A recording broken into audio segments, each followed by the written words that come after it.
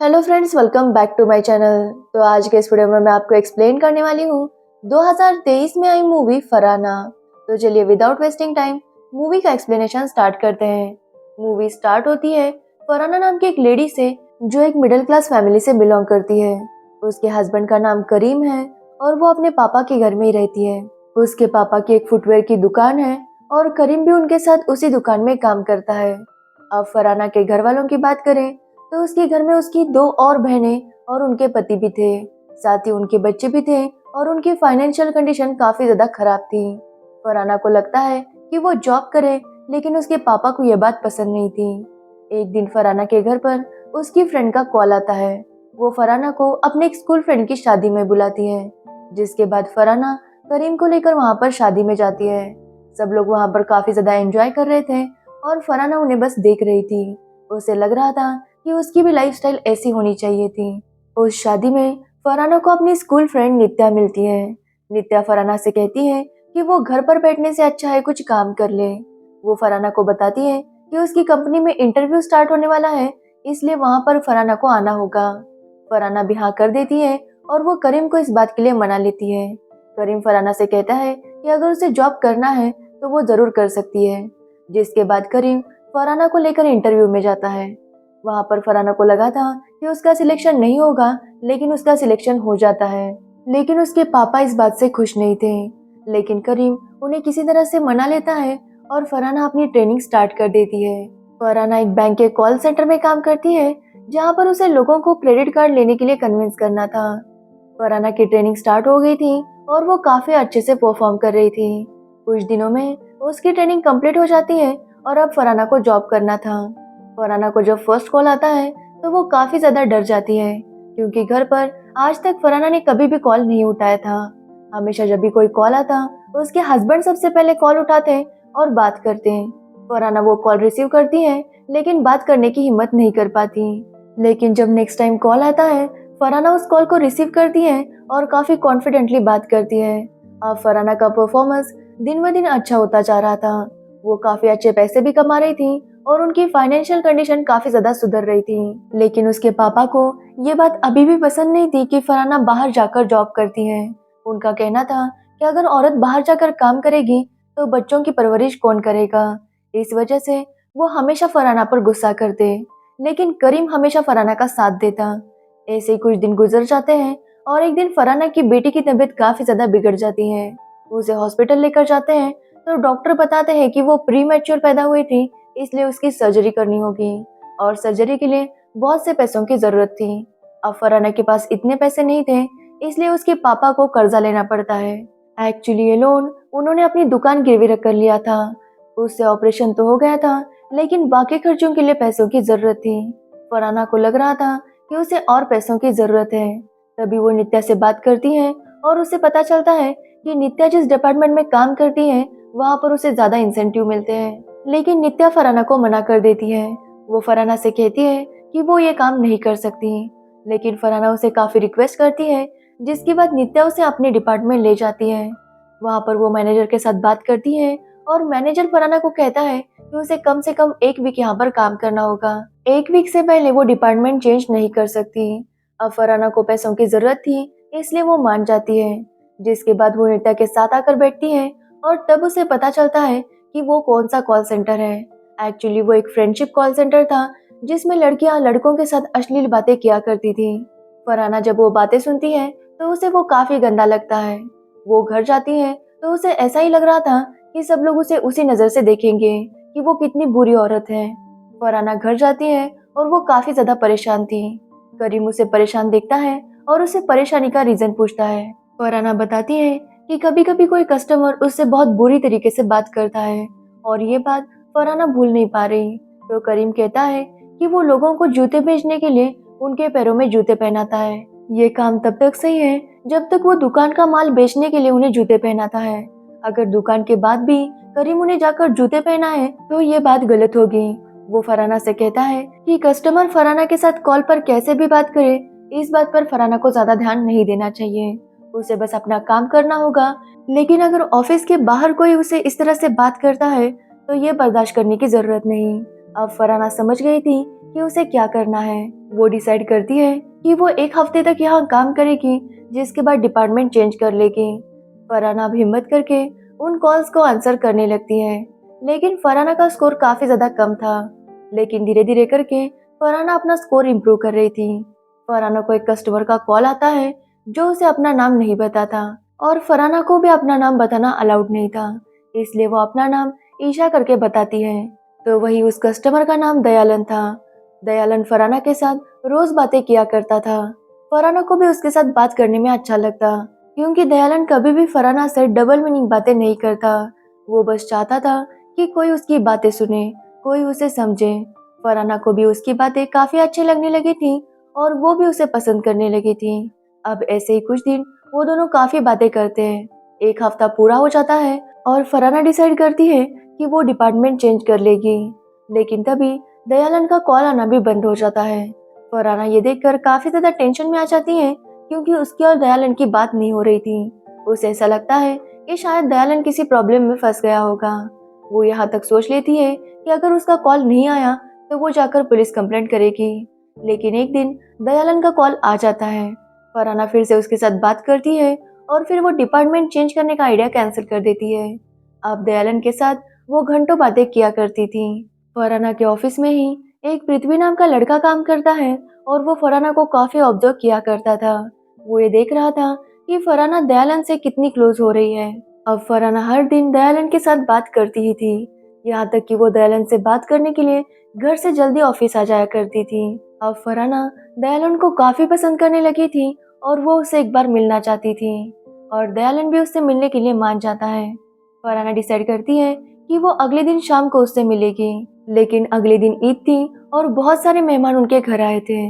सभी लोग डिसाइड करते हैं कि इतने दिनों बाद छुट्टी मिली है तो सब लोग बीच पर जाएंगे। लेकिन फरहाना कहती है कि उसके सर में दर्द है, इसलिए वो नहीं चाहती। जब सब लोग बीच पर चले जाते हैं तो फरहाना दयालन से मिलने के लिए जाती है। लेकिन वो जा रही थी तो करीम उसे देख लेता है। फरहाना एक मेट्रो स्टेशन पर जाती है और दयालन का इंतजार करने लगती है। तभी उसे नित्या का कॉल आता है, और वो बताती है कि उनके साथ काम करने वाली सोफिया, उसका मर्डर हो चुका है। सोफिया भी कल रात किसी क्लाइंट के साथ ही बाहर गई थी। एक्चुअली कल रात को फरहाना सोफिया को लेकर मोबाइल खरीदने गई थी। क्योंकि सोफिया को मोबाइल के बारे में काफी नॉलेज थी, इसलिए फरहाना सोफिया को साथ लेकर जाती है। वहाँ पर सोफिया उसे कहती है कि फरहाना उसको अपना आधार कार्ड दे दे, ताकि वो फरहाना के लिए एक फैंसी नंबर ले लेगी। जिसके बाद सोफिया अपने क्लाइंट के साथ चली गई थी। लेकिन आज पता चला कि उसका मर्डर हो चुका है, और उसका मर्डर शायद उसी क्लाइंट ने किया है। जब फरहाना ये सुनती है तो उसके होश ही उड़ जाते हैं, क्योंकि उसे लगता है कि उसके साथ भी वही होने वाला है जो सोफिया के साथ हुआ था। जिसके बाद फरहाना फिर से ट्रेन में चढ़ जाती है और अपने घर चली आती है। करीम ये सब कुछ देख रहा था, और उसे समझ में नहीं आता कि फरहाना का चल क्या रहा है। फरहाना जब घर आती है तो उसके घर पर पुलिस आई थी। एक्चुअली पुलिस वहाँ पर सोफिया के मर्डर के बारे में इन्वेस्टिगेशन करने आई थी, क्योंकि सोफिया के पास फरहाना का आधार कार्ड मिला था। एंड सोफिया की मौत एक होटल में हुई थी, जहाँ पर वो काफी सारे लोगों के साथ थी। इसलिए पुलिस को लग रहा था कि फरहाना भी शायद ऐसा ही काम करती है। लेकिन फरहाना उन्हें बताती है कि सोफिया भी वैसी लड़की नहीं थी। वो अपने क्लाइंट से प्यार करती थी, और इसी वजह से उसके साथ चली गई थी। लेकिन वहां जाने पर क्या हुआ ये फरहाना को भी पता नहीं था। जिसके बाद पुलिस वाले वहां से चले जाते हैं, और फरहाना के पापा उसे बहुत डांटते हैं। अगले दिन जब फरहाना ऑफिस जाती है तो उन्हें समझाया जाता है कि किस तरह ये लोग लड़कियों को फंसाते हैं, उन्हें अपने प्यार के जाल में फंसाते हैं, और उनके साथ गलत काम करते हैं। इसलिए वहाँ की लेडीज को अपनी पर्सनल इंफॉर्मेशन क्लाइंट के साथ शेयर करना बिल्कुल भी अलाउड नहीं था। जिसके बाद फरहाना फिर से अपना कॉल रिसीव करती है तो दयालन का कॉल था। अब फरहाना दयालन के साथ नॉर्मल एक क्लाइंट की तरह बात करने लगती है। ये सुनकर दयालन को काफी गुस्सा आता है। वो फरहाना से कहता है कि कल उसने फरहाना का कितनी देर तक इंतजार किया, लेकिन वो नहीं आई। जिस पर फरहाना कहती है कि वो उससे मिल नहीं सकती, उसे जो भी बात करनी है वो कॉल पर वो कर सकता है। लेकिन ये सुनकर दयालन फरहाना को फरहाना नाम से बुलाता है। ये सुनकर फरहाना काफी ज्यादा शॉक थी कि दयालन को उसका नाम कैसे पता। दयालन बताता है कि उसे फरहाना के बारे में एक एक डिटेल पता है। उसे ये भी पता था कि फरहाना कहाँ पर रहती है और उसके पापा कौन सा काम करते हैं। वो ये भी जानता था कि करीम फरहाना को कितने बजे छोड़ने आता है और कितने बजे लेने। दयालन फरहाना से कहता है कि अगर उसने उसकी बात नहीं मानी तो उन दोनों की सारी कॉल रिकॉर्डिंग्स वो करीम को भेज देगा। ये सब सुनकर फरहाना काफी ज्यादा डर जाती है। उसे हमेशा ऐसा लग रहा था कि उसे कोई फॉलो कर रहा है। तो वही हम देखते हैं वो इंसान कंटिन्यूअसली फरहाना को फॉलो कर भी रहा था। इस बात को पृथ्वी भी नोटिस कर लेता है, इसलिए वो फरहाना की आईडी से दयालन को ब्लॉक कर देता है। वो फरहाना से कहता है कि वो चिंता ना करे क्योंकि अब दयालन का कॉल फरहाना को नहीं आएगा। अब फरहाना थोड़ी सुकून की सांस लेती है, लेकिन उसकी पर्सनल नंबर पर दयालन का कॉल आने लगता है। फरहाना उसे इग्नोर कर रही थी, जिसकी वजह से दयालन करीम का एक्सीडेंट करवा देता है और करीम के मोबाइल से फरहाना को कॉल करके बताता है कि करीम का एक्सीडेंट हुआ है और फरहाना ने अगर वापस कभी उसका कॉल नहीं उठाया तो करीम के साथ बुरा होगा। जिसके बाद फरहाना हॉस्पिटल जाती है और करीम को घर पर लेकर आती है। घर आने पर फिर से दयालन उसे कॉल करता है। वो फरहाना से कहता है कि वो उसके पति को सारे उनके कॉल रिकॉर्डिंग भेज देगा। ये सुनकर फरहाना डर जाती है और अपने पति का मोबाइल छुपा लेती है, लेकिन दयालन कोई भी कॉल रिकॉर्डिंग्स नहीं भेजता। फरहाना डिसाइड करती है कि वो इस तरह से डर डर कर नहीं जी सकती। वो सब कुछ नित्या को बताती है और तब उसे याद आता है कि दयालन ने उसके लिए गिफ्ट भेजा था। फरहाना उसे ओपन करके देखती है तो उसके पीछे दुकान का एड्रेस था। वो उस दुकान पर जाती है और उसे पता चलता है कि इस गिफ्ट का पेमेंट एक कार्ड से किया था। जिसके बाद फरहाना उस कार्ड की डिटेल्स निकालती है और वहाँ पर उसे दयालन नाम पता चलता है। उसे ये भी पता चलता है कि लास्ट टाइम ये कार्ड कहाँ स्वाइप हुआ था। फरहाना वहाँ पर जाती है तो उस मॉल में दयालन था। वो दयालन को देखती है और उसका मोबाइल छीनकर भागने वाली थी, लेकिन दयालन उसे पकड़ लेता है। लेकिन फरहाना किसी तरह से वहाँ से भाग जाती है। तब पृथ्वी फरहाना की मदद करता है और दयालन को वहाँ पर रोक लेता है। जिसके बाद फरहाना एक मोबाइल रिपेयरिंग शॉप पर जाती है ताकि वो मोबाइल ओपन कर सके। लेकिन जब तक ये सब कुछ हो रहा था तब तक दयालन अपने लैपटॉप से मोबाइल का सारा डेटा क्लियर कर देता है। और जब फरहाना मोबाइल ओपन करती है तो मोबाइल में कुछ भी अवेलेबल नहीं था। अब दयालन फिर से फरहाना को कॉल करता है और फिर से उसे धमकी देने लगता है कि अगर उसने उसकी बात नहीं मानी तो उसके साथ बहुत बुरा होगा। अब फरहाना घर पर भी काफी डरी हुई रह रही थी। उसे ऐसा लग रहा था कि वो करीम को सब कुछ बताए, लेकिन उसे ये भी डर था कि कहीं करीम उसे छोड़ ना दे। तो वही करीम भी नोटिस कर रहा था कि फरहाना काफी ज्यादा परेशान है। अब फरहाना डिसाइड करती है कि वो दयालन जो चाहता है उसे पूरा कर देगी। इसलिए वो दयालन को कॉल करती है और उसे कहती है कि वो उससे मिलने के लिए तैयार है। जिसके बाद दयालन फरहाना को अपने घर पर बुलाता है। फरहाना जब उसके घर के पास आती है तो दयालन करीम को कॉल करके बताता है कि उसकी बीवी उसके पीछे पड़ी है। इसलिए वो करीम से रिक्वेस्ट करता है कि आकर अपनी वाइफ फरहाना को लेकर जाए। फरहाना के वहां आने पर दयालन उससे कहता है कि वो उससे बहुत प्यार करने लगा था, लेकिन फरहाना ने अचानक से उसके साथ बात करना क्यों बंद कर दिया। फरहाना उससे कहती है कि उसे लगा था कि वो एक अच्छा इंसान होगा, लेकिन बात करना बंद करने पर उसे पता चला कि वो इंसान कितना घटिया है। वो फरहाना से कहता है कि इससे पहले वो सोफिया के साथ भी इतनी अच्छी से बातें किया करता था, लेकिन सोफिया ने भी उसके प्यार को नहीं समझा, इसलिए दयालन ने सोफिया को मार दिया। तभी वहां पर करीम आता है और फरहाना करीम को देखकर शॉक थी। दयालन करीम से कहने लगता है कि फरहाना उसके पीछे पड़ी है। तभी दयालन देखता है कि करीम के साथ साथ पुलिस भी वहां पर आई थी। यहाँ पर हमें पता चलता है कि फरहाना ने करीम को सब कुछ सच बता दिया था। फरहाना ने करीम से कहा था कि उसे दयालन के साथ बातें करना अच्छा लगा था, क्योंकि उसके साथ इतने प्यार से अब तक किसी ने भी बात नहीं की थी। करीम और उसकी जब भी बात होती है तो हमेशा प्रॉब्लम से रिलेटेड ही बात होती थी, लेकिन बाद में उसे समझा कि असली प्यार क्या होता है और उसे समझ में आया कि दयालन कितना गंदा आदमी है। करीम फरहाना से कहता है कि उसे जो भी करना है वो उसका साथ देगा, इसलिए वो अपने आप को अकेला ना समझे। तब वो पुलिस के पास गए और ये सब कुछ प्लान बनाया। अब तक दयालन ने जो भी बातें की थी वो सब फरहाना ने रिकॉर्ड कर ली थी।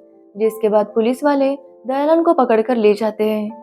तो वही करीम और फरहाना अपने घर वापस आते हैं। तो वही अगले दिन फरहाना के पापा इंतजार कर रहे थे कि फरहाना ऑफिस कब जाएगी, क्योंकि कुछ टाइम पहले फरहाना के पापा फरहाना से काफी गुस्सा थे कि वो बाहर जाकर जॉब करती है। तब उन्हें एक सब्जी वाली बताती है कि उसका शोहर गुजरने के बाद उसके पास पैसे कमाने का कोई भी ऑप्शन नहीं था। तब उसने सब्जी की दुकान खरीदी और अपने बच्चों का पेट पालने लगी। अगर वो काम नहीं करती तो घर पर उन्हें कौन खाना खिलाने आता। वो कहती है कि लड़कियों को फाइनेंशियली इंडिपेंडेंट करना बहुत ज्यादा जरूरी होता है। तभी हम देखते हैं कि फरहाना अपने जॉब के लिए निकलती है। रोज की तरह करीम उसे ऑफिस में छोड़ता है और फरहाना अब अपना डिपार्टमेंट चेंज कर लेती है। वो वापस क्रेडिट कार्ड वाले डिपार्टमेंट में आ जाती है ताकि वो रिलैक्स होकर काम कर सके, और यहीं पर ये मूवी एंड हो जाती है। तो ये थी फरहाना मूवी की स्टोरी। अगर आपको इस मूवी की स्टोरी और मेरा एक्सप्लेनेशन पसंद आया तो वीडियो को लाइक कमेंट शेयर जरूर करना, और मेरे चैनल को सब्सक्राइब करना बिल्कुल मत भूलना। Thanks for watching the video.